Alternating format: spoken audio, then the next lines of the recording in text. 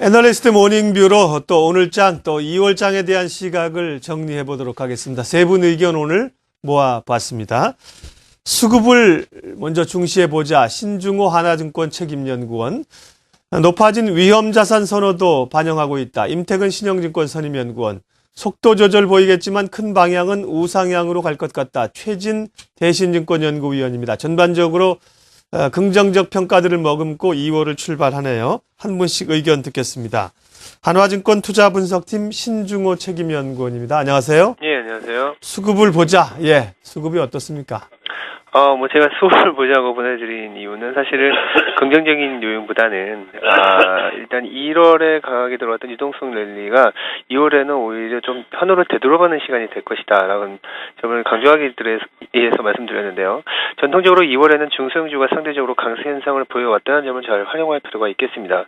1월 9일 이후 랠리에서 코스피 대비 8% 이상 언더퍼폼하고 있는 데다가 2월 옵션 만기 다음 주에 있는데요. 외국인 순매수 강도 약화 가능성이 점쳐지기 때문에 대형주 약세를 초래할 수 있습니다. 따라서 수급 및 시장 이슈에서 상대적으로 자유로운 중소형주 편입을 통해서 수익률 방어 능력을 제고할 필요가 있겠습니다. 네, 수급을 보자. 이게 수급이 아주 1월만큼 사실은 강력한 외국인이나 프로그램보다는 다소 좀 위축될 수 있고 그래서 중소형주를 보자 이런 시각이시라고요? 네, 그렇습니다. 예, 알겠습니다. 하나증권 신중호 책임연구원이었습니다. 고맙습니다. 네. 다음은 신영증권 투자전략팀 임택은 선임연구원 만나겠습니다. 나와 계시죠? 예, 안녕하십니까. 네.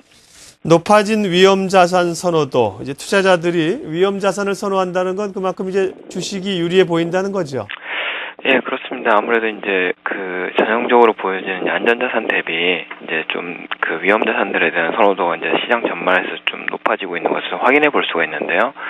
일단 가장 큰 게 최근 들어서 이머징 시장이 선진 시장 대비 상대 강도가 상당히 저점에서 이제 반등을 하고 있습니다. 그래서 이머징 자체에 대한 어떤 선호도가 좀 글로벌하게 높아지고 있는 모습을 나타내고 있고요. 또 이제 시장으로 봤을 때도 지금 현재 보면 미국 같은 경우는 이제 미국 주식시장이 국채시장 대비 상대 강도 역시 이제 높아지고 있는 모습을 보이고 있고요.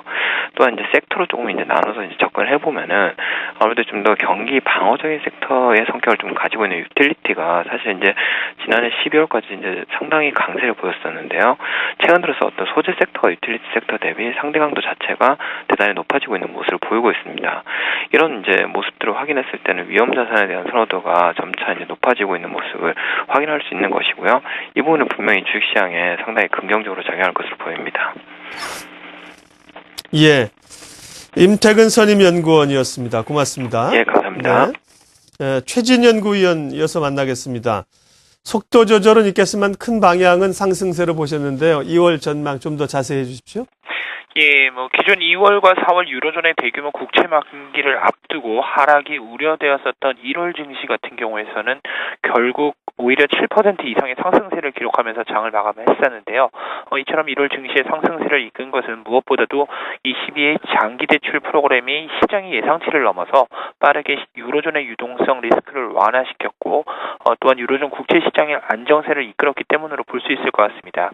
여기에 한 가지 더 덧붙인다면 지난해 연말 이후로 이어진 경기 둔화에 대한 우려가 경기 둔화가 개선될 수 있다는 기대감이 또 다른 증시의 모멘텀으로 볼 수 있을 것 같은데요.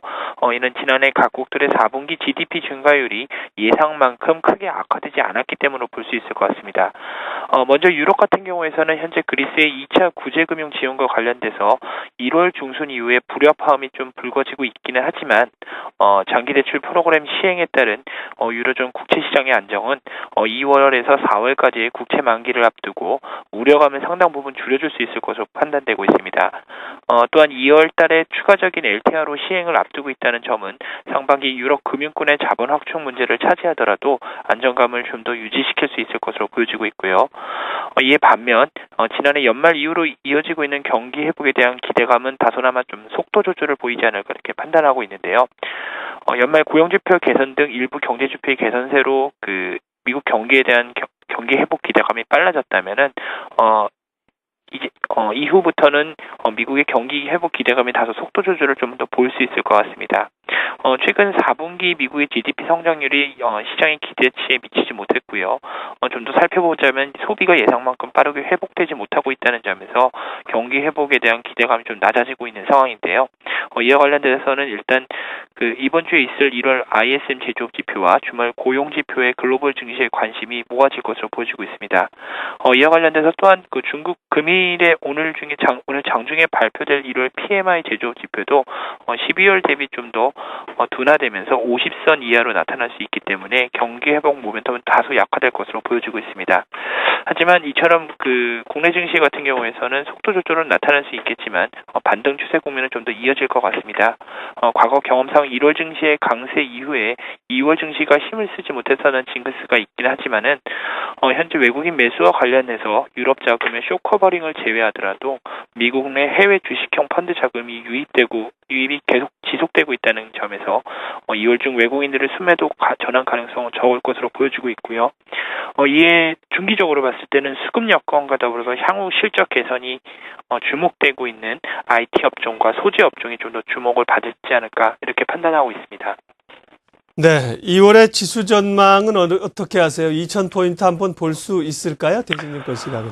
예, 일단은 좀 변동성 국면은 있겠지만 200일선을 상향 돌파하면서 200일선을 앞두고 일단은 상향 추세는 2000선까지는 완만하게 상승세를 나타내지 않을까 볼 수 있을 것 같습니다. 예, 대신증권 최진연 고위원과 함께 또 2월 전망해봤습니다. 고맙습니다. 네, 감사합니다.